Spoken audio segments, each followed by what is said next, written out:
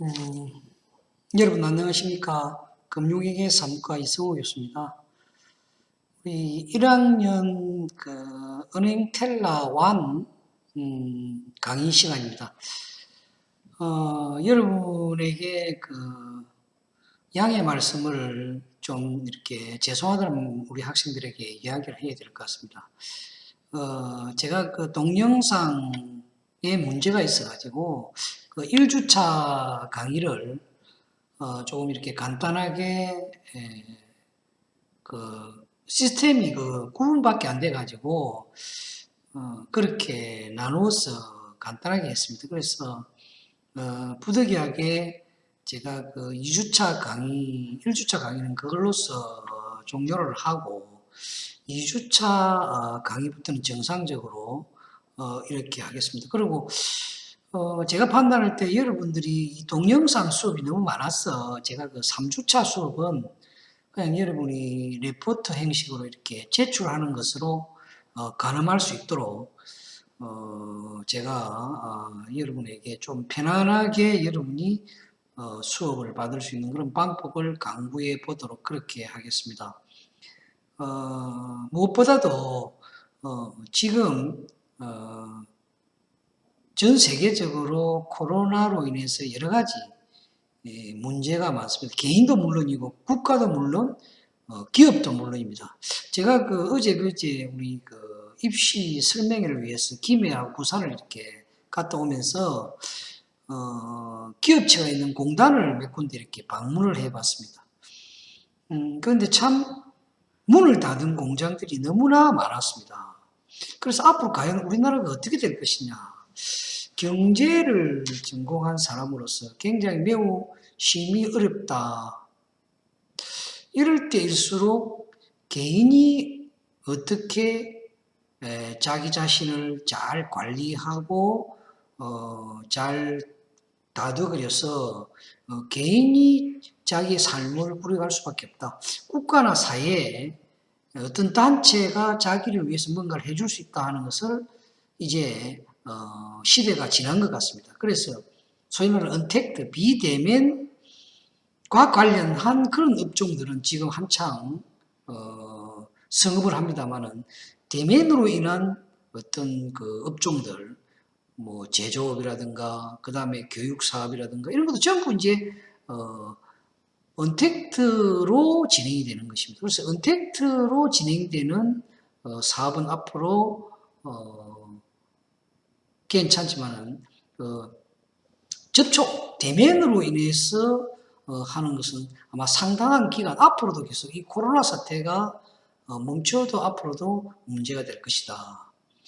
그런 측면에서 보면은 여러 방면에서 우리가 생각을 시사하는 바가 많습니다. 이럴 때 여러분들이 한 번 더 여러분 자신을 돌아보면서 내가 과연 무엇을 해서 앞으로 먹고 살 수 있는가? 그리고 어떻게 해야 되는가? 나의 말과 행동이 어떻게 해야만이 상대방에게 마음을 살 수 있는지. 지금은 시대 상황이 어떤 지식의 문제가 아닙니다. 인간다움, 사람으로서의 어떤 가치를 인정받는 그런 시대다. 그래서 여러분이 말이나 행동이 굉장히 상대방에게 주는 메시지가 큽니다. 그런 의미에서 여러분들이 무엇보다도 건강이 중요하다. 그래서 동영상 수업을 듣는 우리 1학년 학생들 무엇보다도 건강관리 잘 하시기 바라면서 2주차 수업을 진행하도록 하겠습니다. 다시 한번 말씀을 드립니다만은 1주차 수업을 비롯해서 그동안 여러분에게 제때에 이렇게 동영상을 올리지 못한 것은 제 개인적으로 동영상에 시스템 문제가 있어서 그랬습니다. 고쳐서 이번에 하도록 그렇게 되었으니까 여러분들이 이해해 줄 것으로 생각합니다. 그래서 3주차 수업은 여러분 좀 편하게 동영상 수업이 아닌 수업으로 할 수 있도록 제가 3주차 수업 내용을 올려놓도록 그렇게 하겠습니다. 자, 그러면은 2주차 은행텔러 실무 수업 진행하겠습니다. 자, 이 시간에는 우리나라의 통화지표, 우리가 앞에서 통화가 무엇인지, 통화가 얼마나 중요한지, 국민 경제와 통화의 관계 이런 것을 공부했다, 그죠? 제가 그걸 시험 낸다 했습니다. 자, 통화량이 많으면 국민 경제가 어떻다. 고용이 어떻고 생산이 어떻고 그 다음에 수출 수입이 어떻게 움직인다. 물가가 어떻다 하는 내용들을 여러분이 이것은 지식이 아니고 여러분이 살아가면서 앞으로 필요한 것이다. 그래서 이 통화란 돈이라는 것이 뭐 환율이라든가 또는 물가라든가 또는 주가라든가 여러 가지에 영향을 미치는 것이 크다. 그래서 국가가 통화 지표, 통화량을 나타내는 지표를 관리를 합니다. 이 한국은행에서 물론 이 통계를 냅니다. 그래서 이 통화량을 관리하기 위한 통화 지표다. 그 통화 지표라는 것이 통화의 종류를 나누어서 자, 이런 통화는 이런 지표를 낼 때에 필요하고 이런 통화는 이런 지표를 낼 때에 필요하다 하는 것입니다. 그게 통화 지표다. 여기 보면 있죠. 경제 내에 유통되는 화폐의 양을 우리가 통화 지표로 한다. 즉 통화량을 측정하기 위한 것이 바로 통화 지표다 이 말이죠. 그래서 통화량은 인체 혈액과 같다. 그래서 경제 활동에 있어서 매우 중요해요.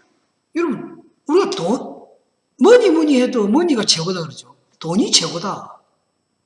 우리가 뭔가를 내가 필요한 뭔가를 구매하거나 뭔가를 활동하기 위해서는 뭐가 있어야 됩니까? 돈이 있어야 된다. 그죠?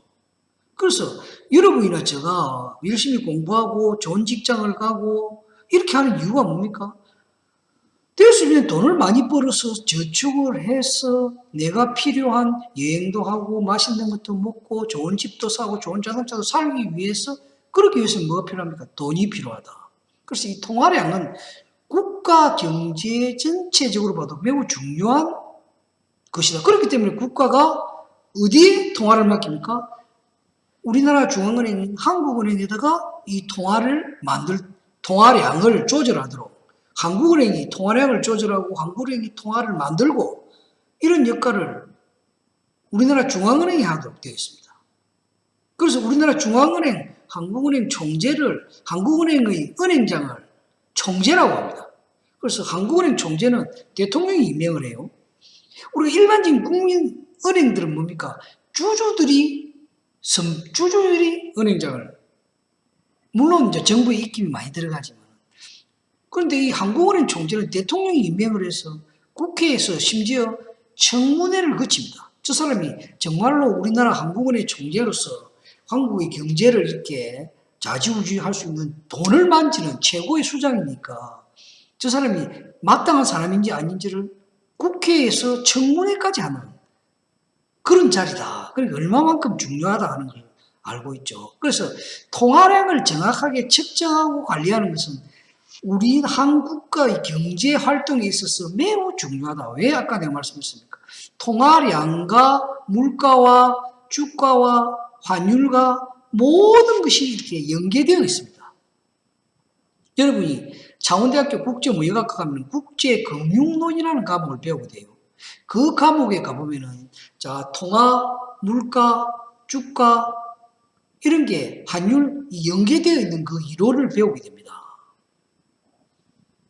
자, 그래서 이 통화량은 그만큼 중요하기 때문에 자 우리나라 한국은행이 통화 지표로 이런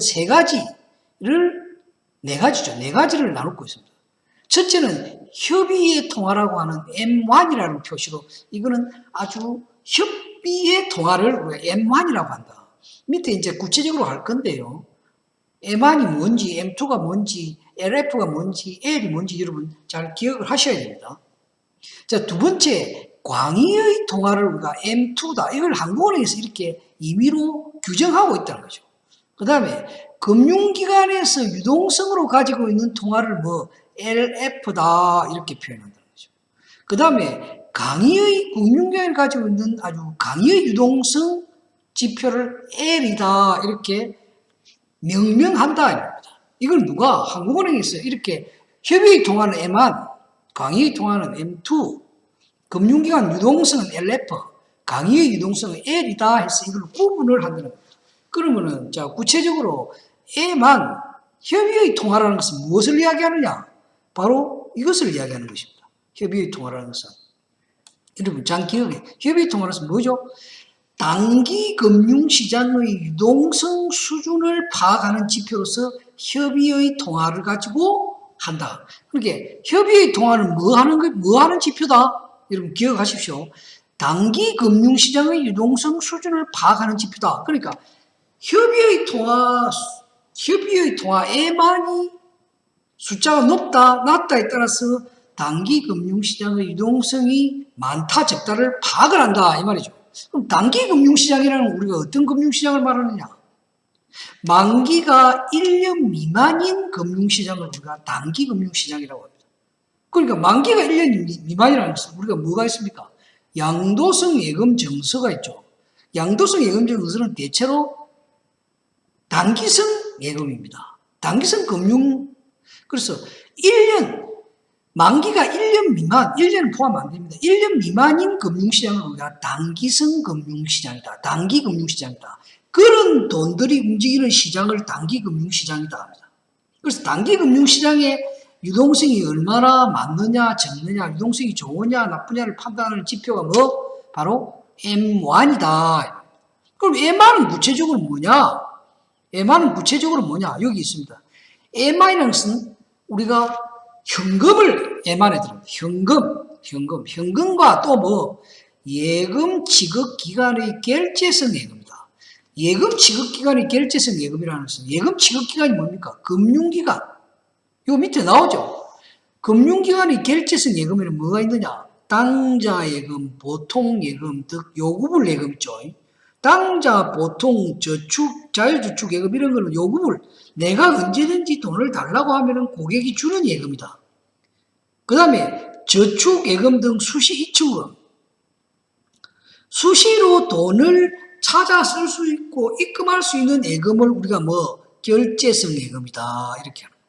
거기에는 당좌, 보통, 저축, 자유저축 뭐 이런 것이 있습니다. 결제성 예금은 수시 입출금이 가능. 내가 수시로 입금했다가 찾을 수 있는 돈을 우리가 예금 지급기간의 결제성. 그럼 그거는 현금과 마찬가지라. 무슨 말이냐? 자, 금융기관이 가지고 있는 현금, 또 우리가 가지고 있는 현금, 요 현금과 내 통장에 수시로 찾을 수 있는 돈, 들어있는 돈, 요거를 합해서 뭐라고 한다? M1이다 이 말입니다. 여러분 이해가 되죠? 이해가 되죠? 이해가 됩니까? 그래서 이 M1이라는 것은 결제성 예금이라는 것은 아까 물었죠. 수표 발행 자동 서비스 입출금이 자유로워서 바로 현금으로 교환될 수 있다. 그게 그러니까 내가 돈을 언제든지 필요하면 찾아 쓸 수 있는 게 바로 결제성 예금이잖아요. 그거를 그러니까 현금과 같은 거죠. 이것을 우리가 M1이라고 하고 이 M1은 어디에 필요하다? 단기 금융시장의 유동성을 파악하는 지표다. 이렇게 여러분이 기억을 하셔야 된다. 그러니까 뭐한다? M1이 뭐를 나타내는 지표다 하는 것과 M1이라는 것은 무엇이다? 현금과 예금 지급기간의 결제성 예금을 말하는데 바로 이 결제성 예금이라는 것은 뭐 수시 입출금이 가능한 예금을 말한다. 그 구체적으로는 당좌 예금, 보통 예금, 저축 예금, 자유 저축 예금 같은 언제든지 내가 입금하고 찾아 쓸 수 있는 예금을 결제성 예금이라고 한다. 그렇게 여러분이 기억을 꼭 하셔야 된다. 그렇게 말씀을 드립니다. 그 다음에 두 번째 우리가 M2 있습니다. M2. 아까 우리가 M2 했죠. M2는 강의의 통화를 말하는데 이것은 시중의 통화량을 파악하는 지표다. 시중에 우리 개인이 가지고 있던 시중에 있는 돈을 파악할 때 쓰는 지표가 뭐? M2다. 여러분 기억을 하셔야 되고. M2는 M만이 다 포함이 되는 겁니다. M1에다가 M1 플러스. 그러니까 이 M2는 앞에 있는 M만은 당연히 포함되는 거죠. 그따가 뭐, 아까 입출금이 자유로운 예금이라 했는데 여기는 저축성 예금도 포함된다. 그러니까 뭡니까? 저축성 예금에는 여러분 뭐가 있습니까? 정기예금, 정기적금 내가 1년, 2년을 이렇게 예금을 넣는 거 저축, 갑자기 찾아 쓸 수 없죠. 기간이 지나야 찾죠. 그걸 우리가 저축성 예금입니다. 이 저축성 예금에는 뭐가 있다? 정기예금, 정기적금 이런 게 저축성 예금입니다. 그 다음에 시장형 금융상품이라고 있습니다. 시장형 금융상품이라는 것은 이 시장형 금융상품이라는 것은 금융상품 중에서 시장형이니까 은행에서 일정 기간 동안 이렇게 보관을 해놓는 그런 상품을 시장형 금융상품. 그 다음에 실적 배당형. 여러분이 은행에 가면은, 자, 이 예금, 요즘은 금리가 낮기 때문에 은행에서 어떤 상품을 팝니까?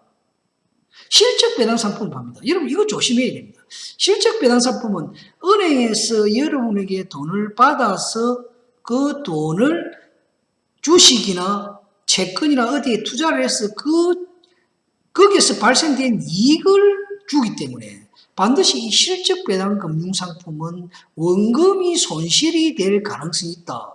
최근에 여러분 하나 은행에서 뭐를 팔았는데 원금이 1억이 2억이 날아갔다 해서 그 배상하라고 국가가 하나은행에 이야기했죠. 그게 바로 실적 배당형 금융상품입니다. 그래서 이런 것은 여러분 잘 살펴봐야 된다. 그 다음에 금융채, 금융기관에서 발행하는 채권을 우리가 금융채.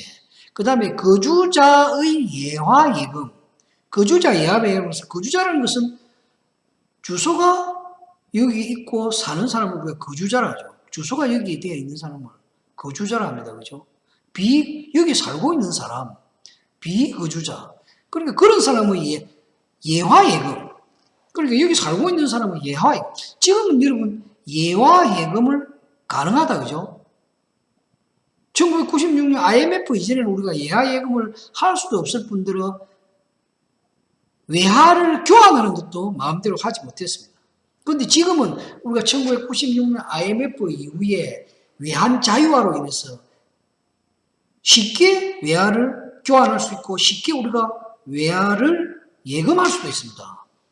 그래서 이 M2의 정의와 M2에 포함되는 어떤 종류, M2에는 M1이 반드시 포함이 됩니다. M1에다가 금융기관의 저축성 예금, 즉 정기예금, 정기적금, 그 다음에 시장 형태의 금융상품, 그 다음에 실적 배당형 금융상품, 금융채, 거주자 예금 이런 것들이 바로 M2다. 그래서 이 M2는 특징이 그렇게 기간이 있으니까 유동성이 낮단 말이에요. 유동성이 낮다는 말은 뭡니까? 빨리 현금화가 될 수가 없죠. 어느 일정 시간의 기간이 지나야만이 현금이 되는 거니까 유동성이 우리가 낮다. 유동성이라는 건 뭡니까? 내가 필요할 때 언제든지 빨리 조달되고 내가 필요 없을 때는 또 버리고 이게 우리가 고용시장의 유동성이 부족하다 하면 무슨 말입니까? 고용시장의 유동성이라는 것은 뭡니까?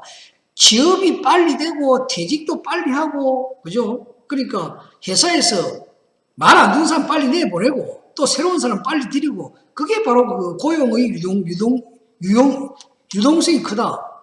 유연성이라고도 합니다. 유동성. 고용에서는 유연성이라죠. 그 유연성이라는 것은 뭡니까? 취업도 잘 되면서 퇴직도 아주 쉽게 할 수 있는 소위 말하는 회사에다가 어떤 고용에 대한 책임을 줘가지고 회사에서 마음대로 퇴직시킬 수도 있고 취업시킬 수도 있고 그게 고용의 유연성이 있다. 그래서 유동성이 크다는 말은 우리가 돈의 유동성이 좋다는 말은 뭡니까? 돈이 빨리빨리 회전이 된다. 이 말이죠. 그런데 이 M1은 현금이니까 빨리 유동성이 좋죠. 그런데 M2는 일정 기간만 지나야만이 쓸 수 있으니까 유동성이 덜한 거죠. 그래서 만기가 2년 이상의 장기 금융상품은 유동성이 낮은 만기 2년 이상의 장기 금융상품은 제외한다. 이걸 여러분 잘 기억해야 됩니다. 저축성 예금이지만은 만기가 2년 이상 돼서 억수로 긴 2년, 3년, 4년, 5년 된 것은 우리가 M2로 포함 안 한다 이 말이죠. 그렇게 이거 우리가 M1은 만기가 1년 미만이라 했죠. 그렇게 1년부터 2년까지 있는 상품이겠죠. 유동성이 낮은 만기 2년 이상의 장기 금융상품 제외하니까 M2가 아닙니다. 여러분 이걸 기억해야 됩니다. 이게 OX 문제에 많이 나옵니다. 자, M2에 포함되지 않는 것은 유동성이 낮은 만기 2년 이상의 장기 금융상품은 M2다. 그러면 틀리죠. 여러분 잘 아셔야 됩니다. 그 다음에 세 번째 금융기관의 유동성. 금융기관의 유동성이 뭡니까? 바로 LF. 즉 금융기관이 공급하는 유동성. 금융기관이 공급하는 유동성입니다. 그래서 이거는 M2 물론 아까 요게 세 번째 요리 오는 순서대로 여러분 앞에 거는 다 포함이 되는 겁니다. 그 안에 다 포함이 되는 겁니다. 1번, 2번은. 자, M2의 예금 지급 기간의 만기 2년 이상 정기 예적금, 금융채, 금전 신탁 이런 것을 다 포함해 놓는 겁니다. 그 다음에 생명보험에서의 보험계약 준비금, 증권회사의 예수금 이런 상대적으로 유동성이 남은 금융상품까지도 포함하는 것이 바로 금융기관 유동성, 금융기관의 유동성을 나타내는 지표로서 LF다. 그 LF는 M1 플러스 M2 플러스 만기 2년 이상의 정기 예금 적금, 금융채, 금전 신탁, 생명보험회사의 보험계약 준비금, 증권회사의 예수금 이 정도는 여러분 내가 OX 문제를 내지 주관식으로 안 냅니다. 요거는. 자, 그 다음에 네 번째는 이제 강의의 유동성이어서 넓은 의미의 유동성. 그래서 어떤 일국의 경제가 보유하고 있는 전체의 유동성, 그렇게 한 나라의 경제가 보유하고 있는 전체의 유동성을 나타내는 지표가 뭐다? 강의의 유동성 L이다. 그래서 L은 당연히 M1 플러스 M2 플러스 LF에다가 기업이나 정부가 발행하는 기업이 발행하는 어음입니다.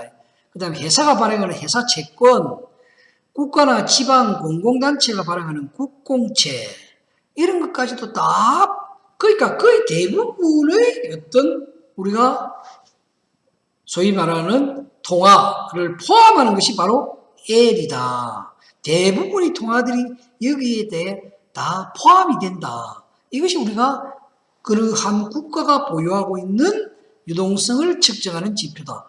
당연히 한 국가가 보유하고 있는 유동성이라는 것은 현금을 비롯해서 모든 어음이나 회사채, 국공채 다 포함하는 거죠. 이해가 되죠?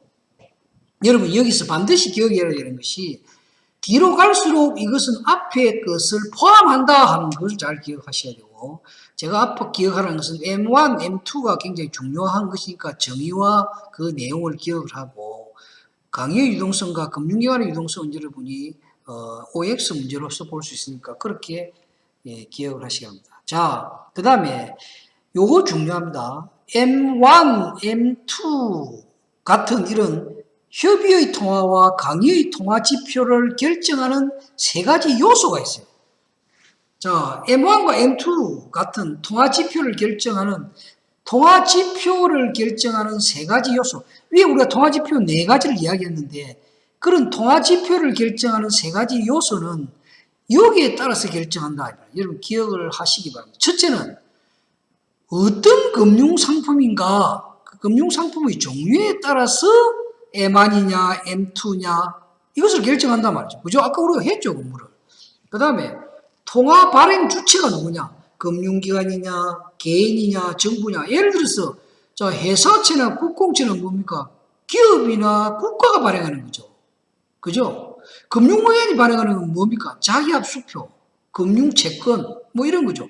그게 이제 M1이 될 수도 있고, M2가 될 수도 있고, L이 될 수가 있고, LF도 될 수 있다. 그래서 통화 발행 주체에 따라서 M1이냐, M2냐, LF냐, L이냐가 결정이 된다. 이 말이죠. 그래서 금융상품의 종류와 통화 발행 주체, 그 다음에 통화를 누가 가지고 있냐, 그 돈을 현재 개인이 보유하고 있느냐, 아니면은 정부가 보호하고 있느냐, 금융기관이 보호하고 있느냐, 국가가 보호하고 있느냐에 따라서 M1, M2, LF, L을 결정을 한다. 그래서 통화 지표를 결정하는 세 가지 요소는 바로 이것이다. 여러분 반드시 기억을 해 두실 것을 말씀드립니다. 금융상품의 종류, 통화 발행 주체, 통화 보유 주체다. 이 말입니다.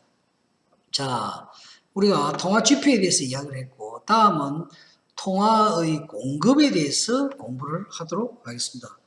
통화 공급이라는 것이 여러분 뭡니까? 돈을 조달을 어디에서 받느냐 이 말이죠. 공급 우리가. 그죠? 공급. 여러분 금융기관에 가면 돈이 많다. 여러분이 한번 생각할 때 은행 가면은 은행 그 금고 안에 돈이 엄청 많은 걸로 생각할 겁니다.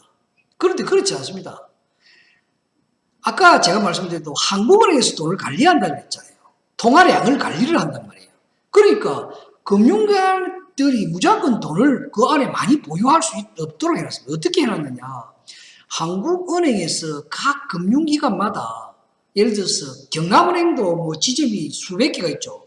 그 지점마다 지점의 규모라든가 여러 가지를 감안해서 자, A라는 금융기관의 A 지점은 1억을 보유해라. 허가를 내줍니다. 그럼 뭐 그 허가 난 금액만큼만 보유하고 나머지는 어떻게 해야 되냐? 한국은행에다 가서 돈을 받게 해요. 여러분 창원에 가면은 창원 그 로타리 있습니다. 그죠? 창원 로타리. 창원 로타리 하면 한국은행 창원 지점이 있어요. 거기 가면은 거기는 돈을 많이 가지고 있어요. 거기는 한국은행 가면은 지하에 그거는 원자 폭탄이 터져도 할 수 없는 아주 완벽한 그런 금고가 지하에 있어요.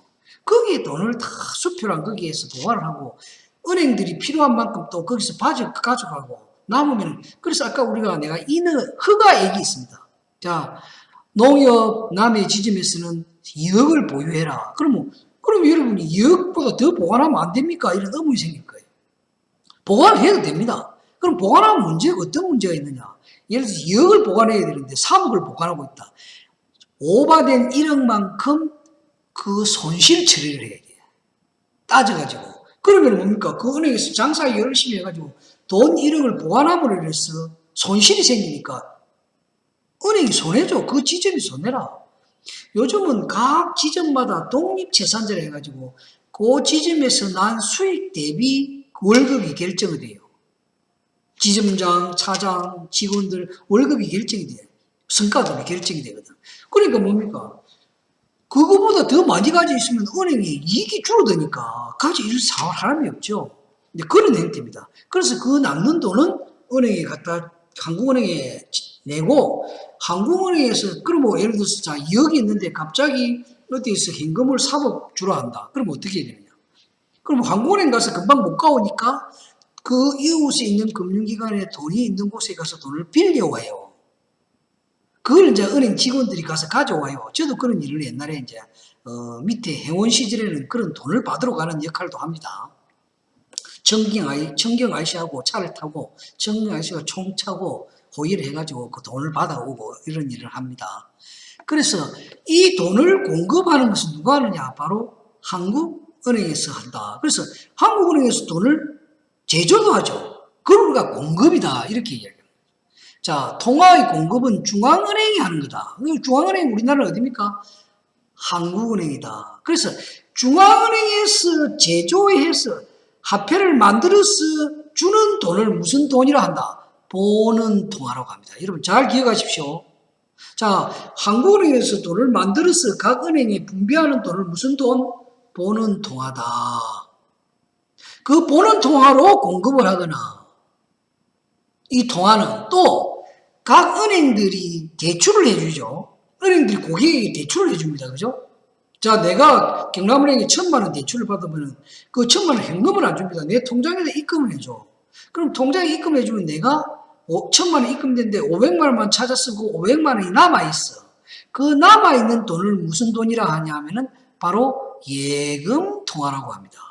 그러니까 내가 은행에서 대출을 받아서 다 쓰지 않고 남아있는 돈, 그 예금 통화, 그 돈과 한국은행에서 기본적으로 만들어서 은행에 공급하는 돈, 그걸 우리가 보는 통화라 해요. 그 두 개의 통화가 바로 통화의 공급이 된다. 여러분 이해가 됩니까? 중요합니다. 여러분 잘 아시기 바랍니다. 내가 다시 한번 이야기합니다. 자, 통화의 공급은 중앙은행, 한국은행이 통화를 만들어서 은행에 보내는 돈, 그 돈을 보는 통화라고 합니다. 보는 통화 플러스 각 은행들이 고객들에게 대출을 해주고 고객들이 그 대출받은 돈을 다 쓰지 않고 남아있는 통장에 남아있는 돈, 그 돈을 예금 통화라고 해요. 그 두 개를 합해서 통화의 공급이라고 한다. 반드시 기억을 해둘 것을 부탁드립니다. 그래서 이 통화 공급량은 중앙은행이 발행하는 이 버는 통화가 아닙니다. 죄송합니다, 여러분. 보는 통화와 금방 예금은행, 각 은행들이 대출을 통해서 만드는 신용창조 과정을 통해서 발생한 예금 통화의 양에 의해서 통화의 공급량이 결정되죠. 그래서 통화의 공급량은 보는 통화량 플러스 예금 통화량이다. 그래서 예금 보는 통화는 한국은행에서 중앙은행이 만들어서 주는 돈이고, 예금 통화는 그 은행들이 대출을 통해서 통장에 남아있는 돈이다. 그래서 대출을 통해서 통장에 남아있는 이런 돈을 만드는 과정을 우리가 뭐라? 신용창조라고 합니다. 예금은행이 대출을 통해서 예금 통화를 창출하는 과정, 내가 금방 그 과정을 이야기했죠. 그걸 뭐라고 한다? 신용창조다. 반드시 기억을 하기 바랍니다. 그래서 통화의 공급은 보는 통화 플러스 예금 통화인데, 이 예금 통화는 어떻게 만들어진다? 바로 신용창조의 과정을 통해서 만들어지는데, 신용창조의 과정이라는 것은 예금 금융기관들이 고객에게 대출을 통해서 그 통장에 남아있는 예금 통화가 창출되는 과정을 우리가 신용창조라고 합니다. 굉장히 중요한 내용을 지금 내가 하고 있습니다, 여러분.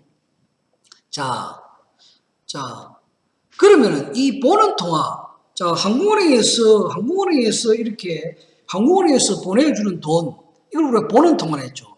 그 보는 통화는 어떻게 구성이 되느냐? 민간이 보유한 현금, 우리들이 가지고 있는 돈, 그죠? 그 다음에 금융기관이 가지고 있는 지급준비금, 이 두 개를 우리가 보는 통화라고 합니다. 민간이 보유한 현금과 금융기관이 보유하고 있는 지급준비금, 이 지급준비금이라는 것은 뭐냐 하면, 은행들이, 아까 내가 말씀드렸죠. 인허액이 있어. 그래서 그 남는 돈을 놔놓고 어디에? 은행 금고에다가 놔놓는 걸 시제금이라 해요. 자기 금고에다가 현금을 놔놓고 나머지는 뭐 중앙은행이 예치하는 거죠. 이걸 우리가 지급준비금이라 해요. 여러분 이해가 되죠? 지급준비금은 중앙은행에 맡기는 돈하고 저 금고에 현재 남아있는 돈 두 개를 합해서 지급준비금이라고 합니다. 그래서 금고에 남아있는 돈을 은행용으로 시제금이라고 합니다. 이건 시제금이라는 것은 은행용어입니다. 그 은행의 금고에 남아있는 시제금과 그 은행이 중앙은행에 가서 맡겨놓은 돈을 합해서 뭐 지급준비금이다. 이렇게. 그래서 중앙은행이 발행하는 총 화폐 보유량은 민간 보유 예금과 뭐 금융기관이 보유한 시제금을 합해서 우리가 중앙은행이 발행하는 화폐 발행액이다. 그러니까 민간이 가지고 있는 현금하고 은행들이 보유한 시제금을 뭡니까? 바로 총 화폐다. 이렇게 이야기할 수 있는 것입니다. 여러분 1강은 여기까지 수업을 하도록 하겠습니다. 너무 오래 하면 여러분이 좀 지루하니까 짧게 한 25분에서 30분 정도 하겠습니다. 오늘 공부한 내용을 다시 한번 제가 정리를 간략히 해드리겠습니다. 자, 오늘은 여러분이 굉장히 중요한 통화지표에 대해서 공부를 했습니다. 그렇죠? 통화지표란 무엇이냐? 통화지표의 정의에 대해서 이야기했고, 그 다음 통화지표를 나타내는 네 가지 종류가 있는데 그 정의와 거기에 포함되는 것이 무엇인지를 여러분이 기억을 해야 된다. 특히 M1, M2에 대해서는 여러분이 꼭 기억을 하시라 내가 말씀을 드렸고, LF와 L에 대해서는 여러분이 객관식이 나오니까 한번 읽어보시라 이야기했습니다. 그 다음에 이런 통화지표를 결정하는 세 가지 요소는 세 가지가 있다 하는 것을 반드시 기억하라고 했습니다. 자, 통화 공급은 보는 통화와 예금 통화로 구성이 되는데, 보는 통화는 뭐고 예금 통화는 뭐다. 그 다음에 신용창조라는 것은 무엇을 이야기한다. 기억을 하시면 되겠습니다. 그 다음에 보는 통화에 대해서는 구체적으로 요런 내용이다 하는 것을 여러분이 그냥 이렇게 봐주시면 되겠습니다. 제가 여러분에게 꼭 기억해라 하는 것은 주관식이고, 그냥 이렇게 한번 봐라 하는 것은 OX 문제로 낼 수 있다 이 말입니다. 자, 다음 시간에 예금통화 하도록 하겠습니다. 여러분 건강관리 잘 하시고 다음 시간에 뵙도록 하겠습니다. 제가 다시 말씀드립니다만 여러분에게 동영상을 일시에 올리지 못해서 대단히 죄송합니다. 이해해 주시기로 것을 믿습니다. 여러분 수고하셨습니다. 고맙습니다.